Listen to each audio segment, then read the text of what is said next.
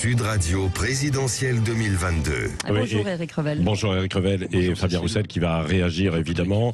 Discussion marathon hier entre Poutine et Macron sur la sécurité en Europe et l'Ukraine. Qu'est-ce qu'on peut retenir ? D'abord, on peut retenir qu'il y a eu 5h30 d'entretien à Moscou entre les deux, entre Poutine et Macron. Une conférence de presse vers 22h, 22h15 hier soir, qui était le point d'orgue d'une journée donc marathon.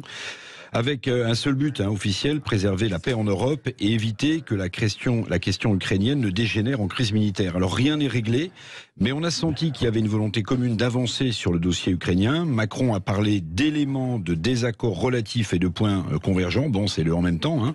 Et Vladimir Poutine, lui, a loué les idées intéressantes de la France et des discussions utiles. Oui, c'est ça. Alors Emmanuel Macron se rend aujourd'hui en fait en Ukraine pour essayer de faire avancer ces discussions. Oui, alors chacun évidemment défend ses intérêts. Je ne sais pas si vous vous souvenez de la phrase de Charles de Gaulle qui disait que les États n'ont pas d'amis, ils n'ont que des intérêts. Alors au plan international, président en exercice de l'UE, Macron défend évidemment une vision de paix en Europe, s'inscrivant dans une tradition diplomatique que je qualifierais de gaulo-mitterrandienne, là où Poutine évidemment défend sa zone d'influence.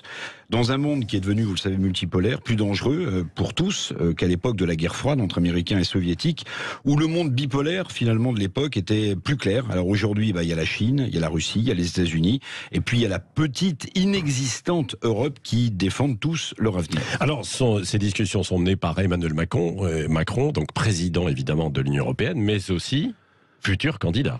Oui, bien sûr. Alors cette séquence, elle est replacée aussi dans la campagne présidentielle française. Emmanuel Macron, qui a bien du mal souvent à incarner la fonction présidentielle, trouve avec sa tournée à Moscou hier, à Kiev aujourd'hui, vous l'avez dit, et à Berlin aussi, il va rencontrer le nouveau chancelier allemand, il trouve l'occasion, pense-t-il en tout cas, de grandir sa stature présidentielle et son statut de chef de l'État. Emmanuel Macron ne devrait plus tarder d'ailleurs à entrer en campagne, mais attention, les sujets internationaux ou diplomatiques, alors que la question du pouvoir d'achat est la première question des Français, toutes ces questions internationales diplomatiques n'ont jamais été décisives pour les Français au moment de choisir leur président. Et puis, il faut se souvenir aussi, le mot asséné par Emmanuel Macron au moment de moment critique de la crise sanitaire, nous sommes en guerre, résonne évidemment étrangement lorsqu'il va tenter d'affirmer peut-être qu'il a réussi à éviter une guerre en Europe, parce que oui, les mots perdent de leur vérité lorsqu'on les utilise à mauvais escient. Merci Éric Revel.